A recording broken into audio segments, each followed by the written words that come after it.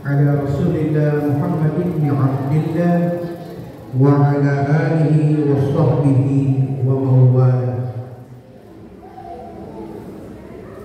اللهم ارزقنا فهم النبيين وحفظ المرسلين وإلهام الملائكة المقربين.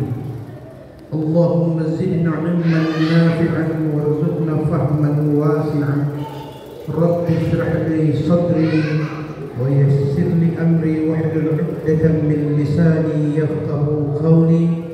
رب سدد لساني واهد قلبي بحق سيدنا محمد صلى الله عليه وسلم. دستوركم يا أهل الدرب يا أهل الباطل يا أهل النور ويا أهل النور بجاه وبكرامة الأولياء والشهداء. أما بعد. Puja dan syukur kehadirat Allah Subhanahu wa taala, limpahan nikmat rahmat inayahnya kepada kita semua. Kita dapat berjumpa, bersilaturahim, berkumpul di tempat yang penuh dengan keberkahan ini yang kita sebut dengan Baitullah atau rumah Allah. Salam dan salam teriring pula keajibaan Nabi yang selalu menjadi impian dan dambaan akan syafaatnya di yaumil mahsyar, yaitu baginda Nabi Allah Muhammad sallallahu alaihi wasallam, baik kepada keluarga dan para sahabat-sahabat beliau. Yang saya hormati Bapak Imam Masjid Al-Ikhwan, sahabat beliau dengan penuh takdim, Bapak Ustaz Haji Faisal Jailani, Wakil Imam Pak Soeharto beliau, Ketua Badan Takmir yang sudah memberikan sepatah kata sambutan, Bapak Amran Nasi, Wakil Imam Al-Fatah beliau hadir juga, Ketua Majelis Taklim Ibu-ibu, anggota Majelis Taklim Ibu-ibu Al-Ikhwan, bapak-bapak, para tokoh agama, tokoh masyarakat yang saya muliakan, yang dirahmati Allah. Sebelum saya menyampaikan beberapa hal yang berkaitan dengan hikmah Isra dan Mi'raj, saya mau ingin tanya dulu sama bapak-bapak dan ibu-ibu, kira-kira boleh berapa jam saya dikasih bicara? Tolong aku atur lebih dulu, jangan aku salah di belakang. Ibu-ibu boleh berapa jam?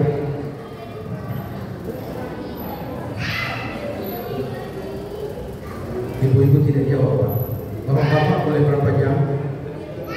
Karena biasanya ibu, kalau saya sudah pegang mic sudah lupa daratan.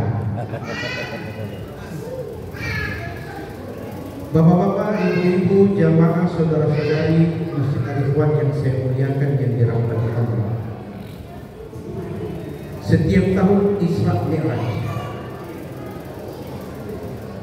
setiap saat, bukan hanya setahun sekali, setiap menit ada Isra dan Mi'raj. Mengapa demikian? As-salatu mi'rajul mu'minin, katanya. Salatnya orang beriman itulah Mi'raj. Selamat datang Pak Dr. Arianto, Ketua PHDI. Ahlan wa sahlan bi hudurikum di hadzal majlis yang mubarak.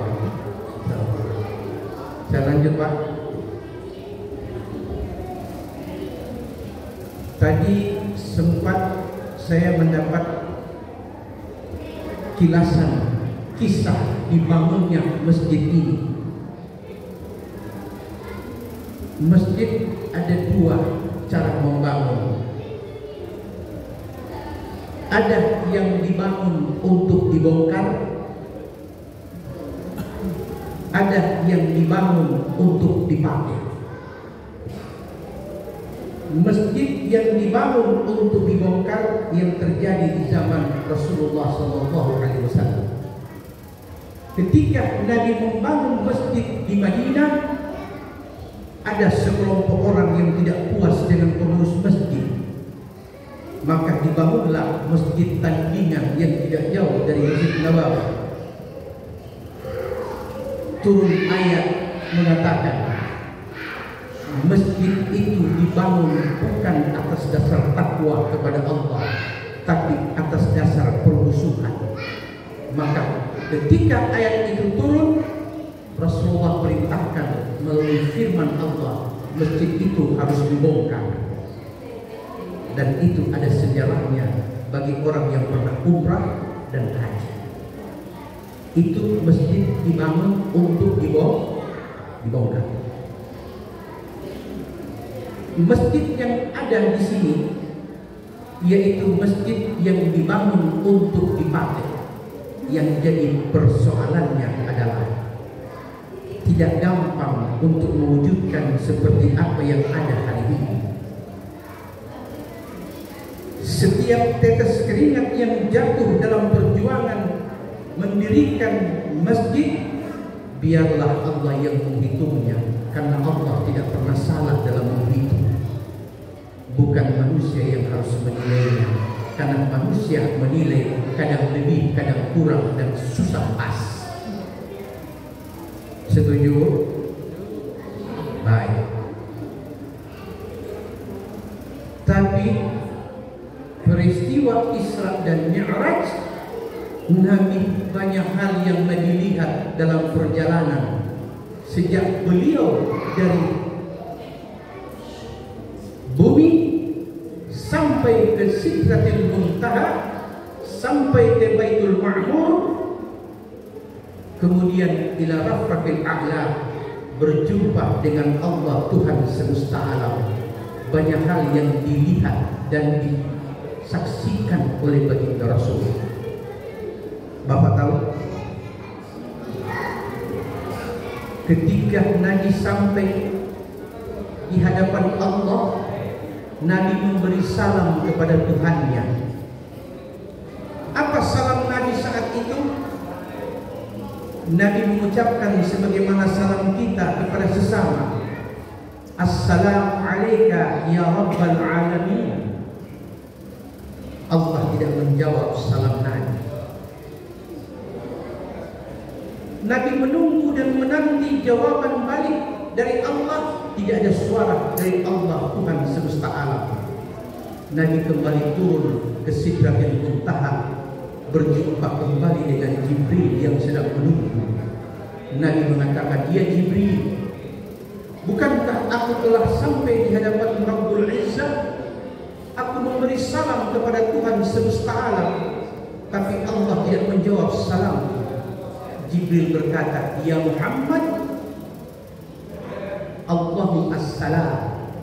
Allah itulah as-salam. Bagaimana mungkin as-salam menerima as-salam? Bisa dipahami, Pak? As-salam dalam bahasa Arab itu artinya damai, sejahtera, selamat. Ini as-salam. Kedamaian datangnya dari Allah, kesejahteraan datangnya dari Allah, dan keselamatan datangnya pula dari Allah. Bagaimana mungkin kita memberikan kesejahteraan, keselamatan, dan kedamaian kepada Allah, sang pemilik semua itu? Tidak cocok namanya. Rasul ketika mendapat penjelasan dari Jibril, beliau naik kembali menemui Allah Tuhannya. Beliau ganti salamnya dengan ucapan At-tahiyatul mubarakatus sholawatu thayyibatun lillah. Pujian, sanjungan, sumber keberkahan hanya untukmu, wahai Allah Tuhan semesta alam. Baru Allah menjawab, Assalamu alayka ayuhan nabi wa rahmatullahi wa barakatuh, dan seterusnya. Ini kemudian diabadikan sholatnya orang beriman. Bisa dipaham Pak? Baik. So boleh baca doa makan? Saya biasa begitu kalau di acara-acara yang ada meja-meja makan, yang sampai saya tak salah waktu.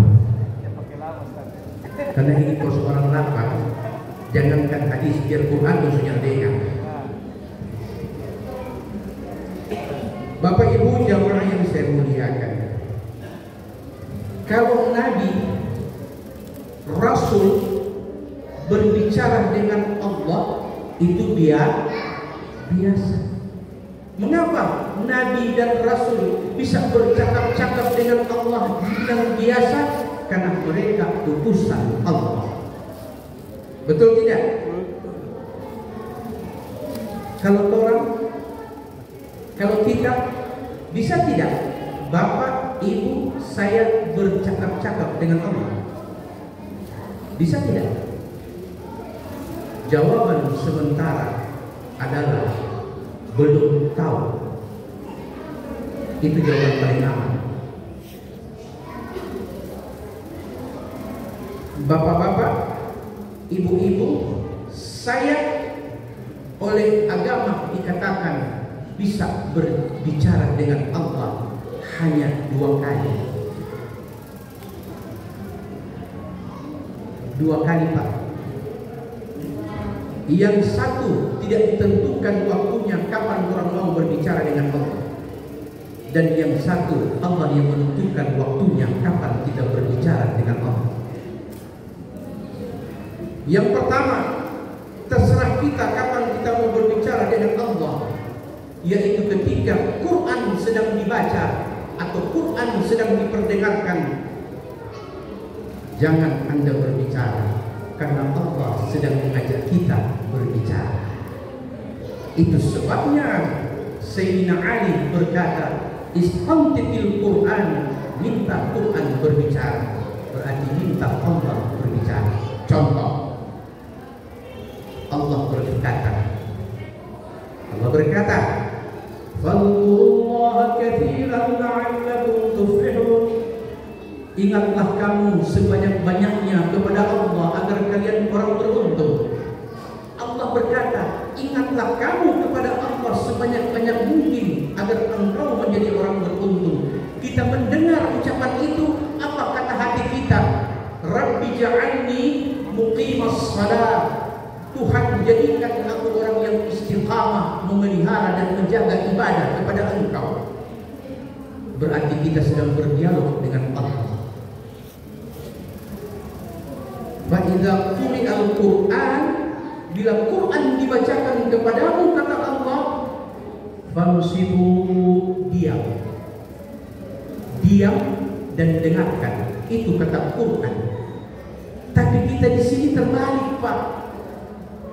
Kalau lagi acara, lagi pesta, kedengaran azan di masjid, kita pending sebentar karena sedang azan. Itu azan Bilal yang panggil sholat. Tapi waktu Quran dibacakan, kita bercakap-cakap, padahal Allah sedang berbicara. Kan terputar. Jelas Pak? Terbalik. Mana lebih pantas untuk kita hormati? Diam karena menghormati azan berkumandang, atau diam ketika Allah sedang berbicara melalui lisannya qari dan qari'ah? Logika kita yang akan jawab. Bisa dipaham? Bahkan kata Quran, fa idza qara'tal Qur'ana fasta'id billahi, bila engkau sedang membaca Quran, berlindung kamu kepada Allah dari godaan syaitan yang terkutuk. Jadi Pak atau ketika ke depan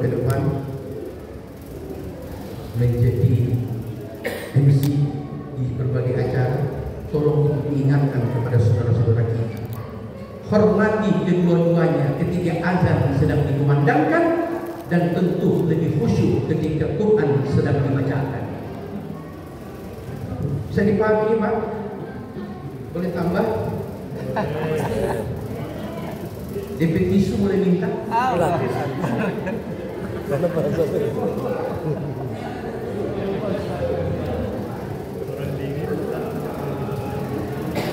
Kalau ada tisu tak aku di bawah kamar.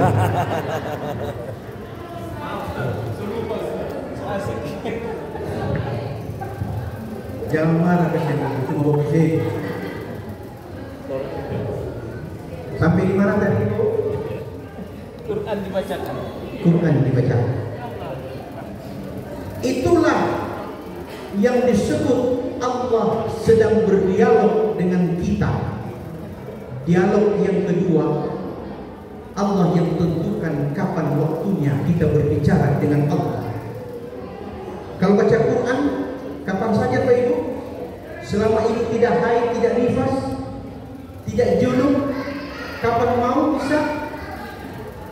Makanya di mana-mana acara selalu saya ingatkan, saudaraku, ketika engkau sedang membaca Quran, jangan baca di HP, karena HP bukan mushaf. Kau hanya dapat pahala membaca, tapi tidak mendapat pahala ibadah membaca Quran, karena HP bukan mushaf. Jelas? Boleh tidak Quran 30 juz di-download, kasih masuk di HP? Orang junub tidak boleh pegang HP yang ada Quran? Ada fatwa begitu? Tidak ada.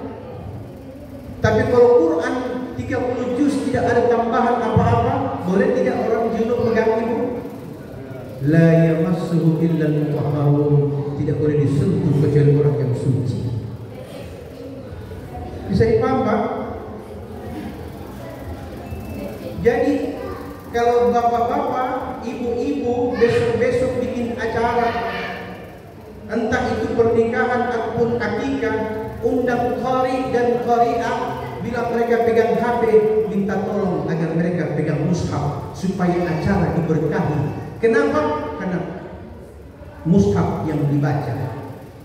Quran surah Al-Isra ayat 1, Allah berfirman, Subhanalladzi asra bi'abdihi lailan minal masjidil haram ilal masjidil aqsa. Nah, catat, alladzi barakna haulahu. Bila masjid bangunan yang diam saja kita niat untuk tempat beribadah, berzikir dan beriktikaf, Allah berikan keberkahan di sekitar masjid. Bagaimana kalau itu Quran sebagai mushaf firman Allah? Kan orang membaca Quran di acara kan ingin mengambil berkahnya Quran, betul tidak?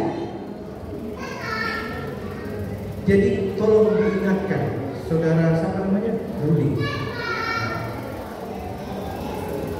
Orang yang bobo ini mesti bilang pokoknya. Karena kalau nyanda kesian buat orang selewat, ini mesti bobo iya. Bisa dipahami? Kemudian ketika Allah mengatakan alladzi barakna haulahu, Allah memberi keberkahan di sekitar tempat di mana Rasul diisrakan, yaitu minal masjidil haram ilal masjidil aqsa. Allah bilang di ayat itu di sekitarnya, berarti di masjidnya tidak ada. Coba perhatikan terjemahannya. Yang kami berkahi sekelilingnya, berarti masjidnya tidak diberkahi. Begitu. Makanya baca Quran jangan pakai modal terjemahan, pasti akan keliru. Saya kasih contoh. Lihat lampu di atas. Cahayanya kemana? Cahayanya di lampu atau cahayanya yang ada di sekitar kita?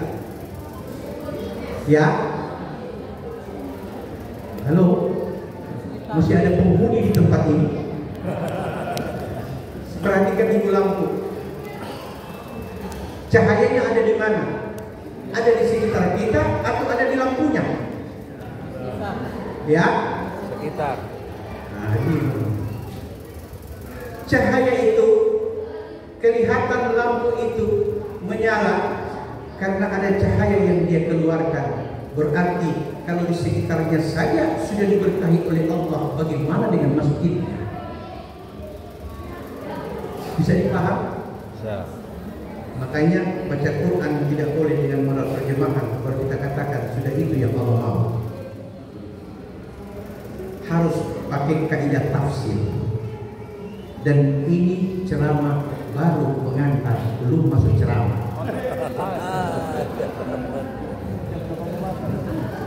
Boleh Ibu? Boleh. Coba apa itu nasi yang suka ras? Kalau itu nasi suka ras, asam lambung naik, asam urat naik sama. Baik, kita masuk pada pokok inti bahasa. Setiap kita peringati Isra dan Mi'raj, pasti sholat akan masuk jadi bahan kajian. Sholat 5 waktu. Oke. Dialog yang kedua dengan Allah, itu yang dimaksud. Allah yang tentukan waktunya. Hei orang beriman, hai umat Muhammad, yang namanya Fulan bin Fulan, Fulana binti Fulan, sholatlah kalian sholat duhur di Bringkok jam 11:54 menit. Jangan kurang dari itu. Kalau kurang bukan sholat duhur namanya sholat duha. Kalau lewat bukan duhur namanya, itu sudah asar namanya. Allah yang tentukan waktunya. Kapan Allah mau berbicara dengan kita, umat Rasul Sallallahu Alaihi Wasallam? Merugi ibu, alangkah merugi hati kita dan jiwa kita bila setiap waktu Allah memanggil kita untuk berbicara, tapi Quran menjadi hiasan di lemari tidak pernah disentuh, dan sholat azan menjadi panggilan untuk tidur subuh lebih nyenyak.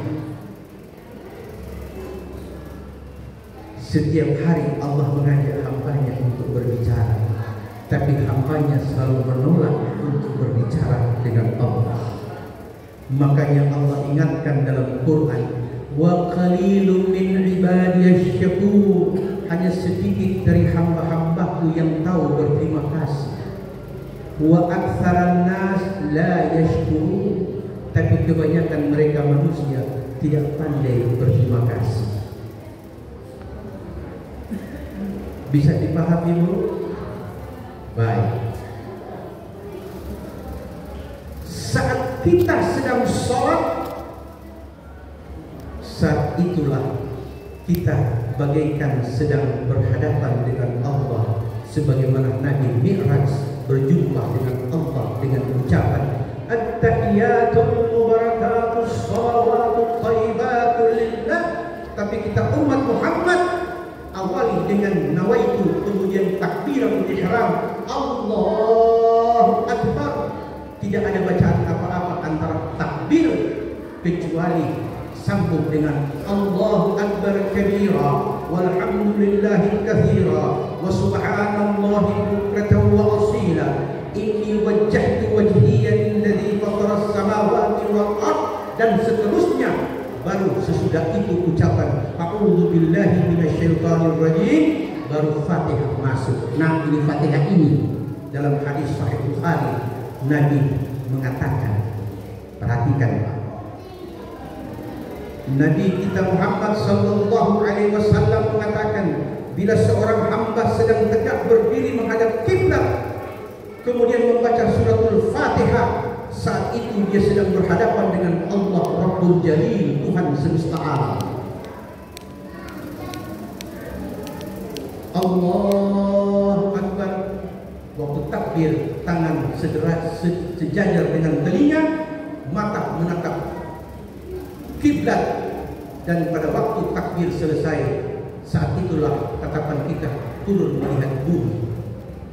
Allahu Akbar. Kenapa? Karena saat itu kita kembali kepada hakikat kemanusiaan. Saat kita ingat kepada Allah, kita sadar Dia Khalik dan kita makhluk ciptaannya.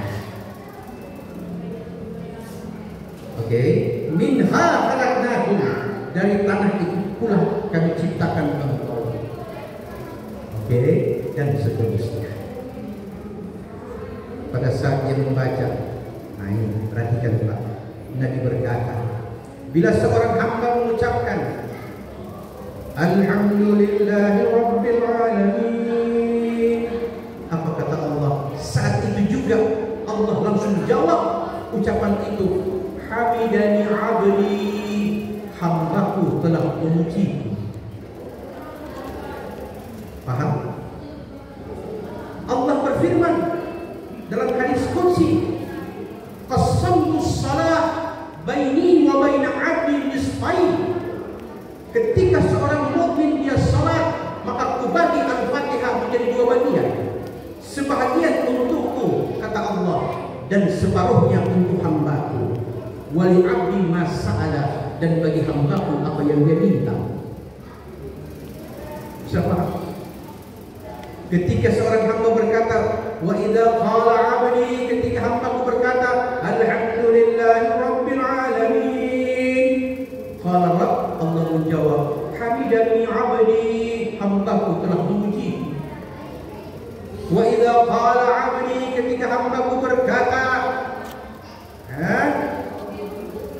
Ar-Rahmanir Rahim, pengasih dan penyayang, Allah berkata, wa asna 'alayya 'abdi, hambaku telah memujiku dengan pujian yang pantas. Ketika seorang hamba berkata maliki yaumiddin, Allah berkata majjadani 'abdi, hambaku telah membesarkanku. Dan ketika seorang hamba berkata iyyaka na'budu wa iyyaka nasta'in, hamba Allah berkata hada nisfun li wa nisfun li 'abdi. Kalau yang ini kata Allah kita bagi dua, separuh untukku dan separuh untukmu wahai hambaku. Ketika seorang hamba berkata iyyaka na'budu, dan memang hanya Allah yang patut disembah, tapi ketika sampai pada kalimat wa iyyaka nasta'in, dan hanya kepada engkau kami meminta pertolongan, berarti kita butuh kepada Allah. Allah berfirman wa li 'abdi ma sa'ala, bagi hambaku apa yang dia minta. Makanya ulama katakan di waktu membaca suratul Fatihah itu dipisah-pisah 7 ayat. Jangan pakai ilmu, namanya ilmu sampaian tarawih. Bismillahirrahmanirrahim. Alhamdulillahirrahmanirrahim. Maliki yaumiddin. Iyyaka na'budu wa iyyaka nasta'in. Allahu akbar. Allah memberi jawab di sujud. Dia pakai namanya ilmu tarikan nafas panjang. Dari zaman Nabi sampai hari ini, kecuali di situ yang ada sampai yang begitu. Jadi Pak, sholat itu tidak perlu terlalu panjang Pak, tapi juga jangan terlalu cepat, yang sedang-sedang saja. Minimal apa yang kita baca terdengar oleh telinga kita. Jadi ketika seorang hamba dia berucap di dalam suratul Fatihah, saat itulah Allah yang menentukan waktunya.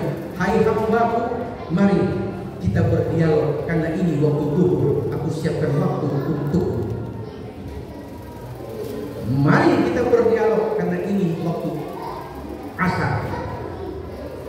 Demikian pula masjid dibangun, ada dua dasar bangunannya. Yang pertama, masjid dibangun berdasarkan wakaf dan petunjuk panitia. Bangun di sini, jangan di situ. Kalau di situ orang lain betana. Kalau ini panitia betana. Siapa yang tunjuk itu masjid? Siapa yang tunjuk itu masjid untuk dibangun di sini? Panitia, donatur.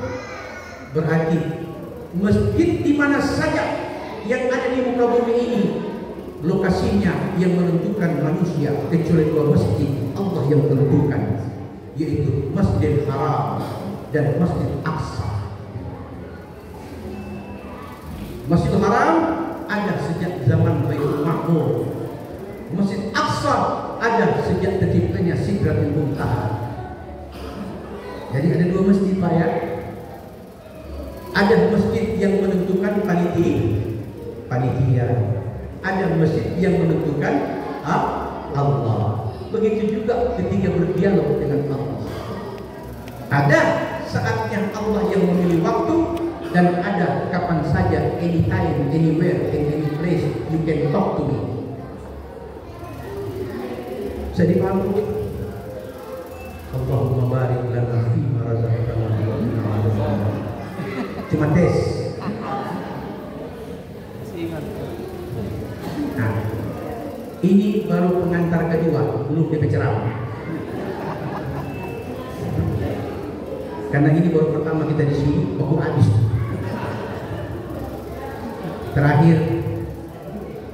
Terakhir, saya mau tanya sama qari. Surah Al-Isra surah keberapa dalam urutan mushaf Al-Quran? Ya, 17. Ya, 18, 19. Alhamdulillah, ini ada yang kenal. Urutan ke-17 surah Al-Isra surah ke-17. Sebelum 17 surah keberapa namanya? Surah Al-16 namanya An-Nahl.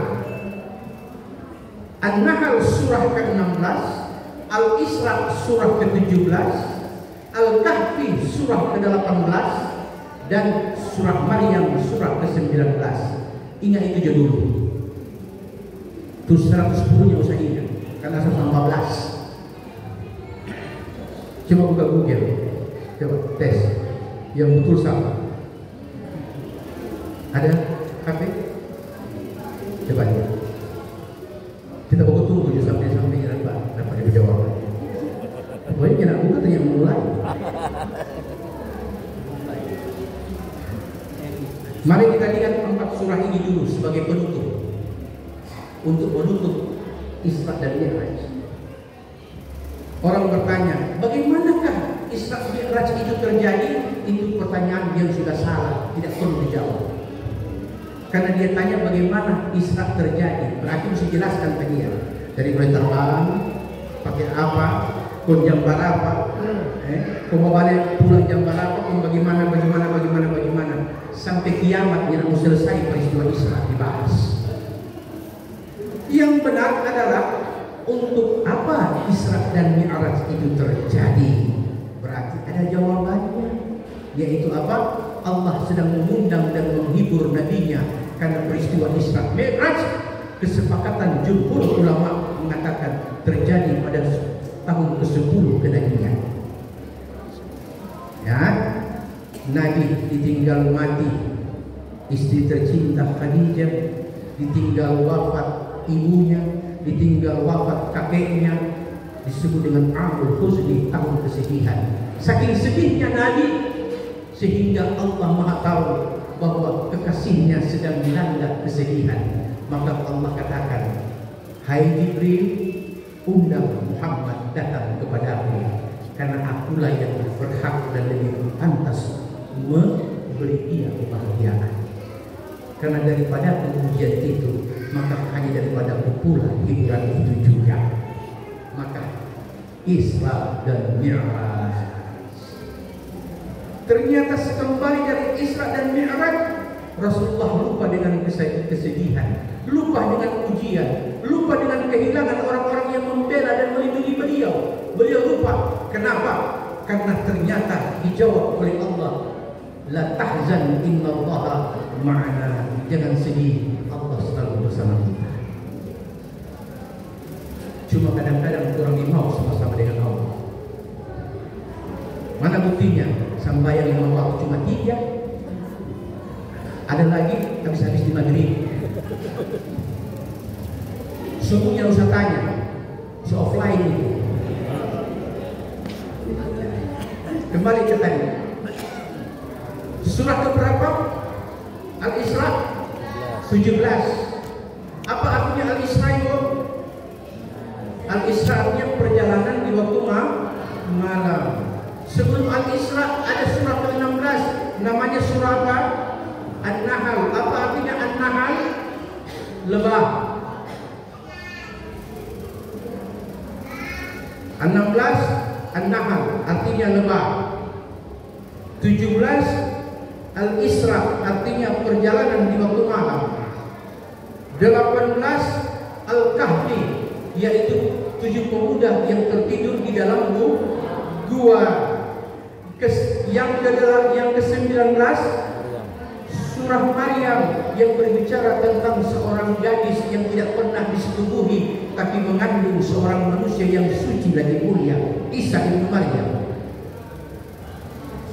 Kira-kira kalau saya tanya sama Bapak, boleh Pak saya tanya, apa dia hubungan lebah dengan Isa dengan perjalanan waktu malam? Seorang yang pernah lihat lebah terbang malam-malam? So ada terbang malam-malam? Cuma ada lalar biru. Apa hubungannya antara lebah dengan perjalanan di waktu malam? Dan apa hubungannya perjalanan di waktu malam dengan orang yang tertidur di gua? Dan apa hubungannya 7 pemuda seekor anjing tertidur di gua 309 tahun hubungannya dengan seorang perawan Maryam? Kalau dalam karya ilmiah ini namanya amburadul, Pak. Kenapa? Seakan-akan ini susunan Quran sedang kacau balau. Maka tampillah para ulama menghabiskan umur dan waktunya meneliti mengapa Rasul mengatakan beri ini nama surah An-Nahl, beri ini nama ini surah Al-Isra, beri ini nama surah Al-Kahfi, beri ini nama surah Maryam. Dan itu kata ulama tafsir disebut dengan at-tauqif namanya, petunjuk langsung dari Allah. Ulama belajar, baca, subhanallah, mereka dapat jawaban yang tidak pernah bapak dan ibu bayangkan, bahwa Allah sedang membuka rahasianya. Apa itu? Mari kita lihat. Hanya sepertiga malam, hanya sepertiga malam, Nabi tembus 7 lapis langit, masuk Sidratil Muntaha, Baitul Ma'mur, berakhir di Rafqatul A'la, tempat tertinggi. Kau sudah balik sebelum subuh. You believe it or not? Percaya atau tidak? Kenapa percaya? Karena Quran yang bilang. Karena bapak orang Islam. Kalau seandainya bukan orang Islam,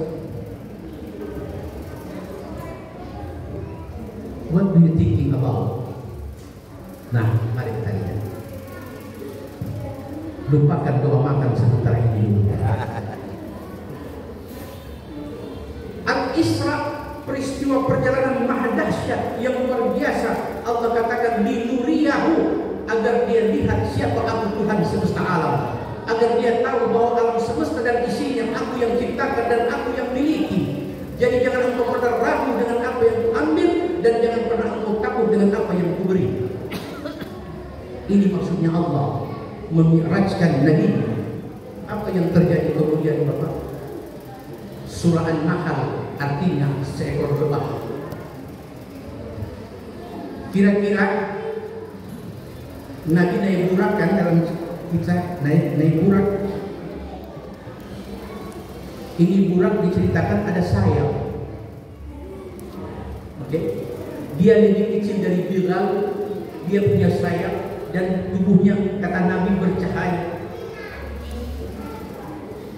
Sedangkan Ofu, tahu Ofu? Ofu bantau, lebah, dia berpila-pila cuma begini. Itu lebah kalau dia terbang kira-kira berapa meter? Mesti turun.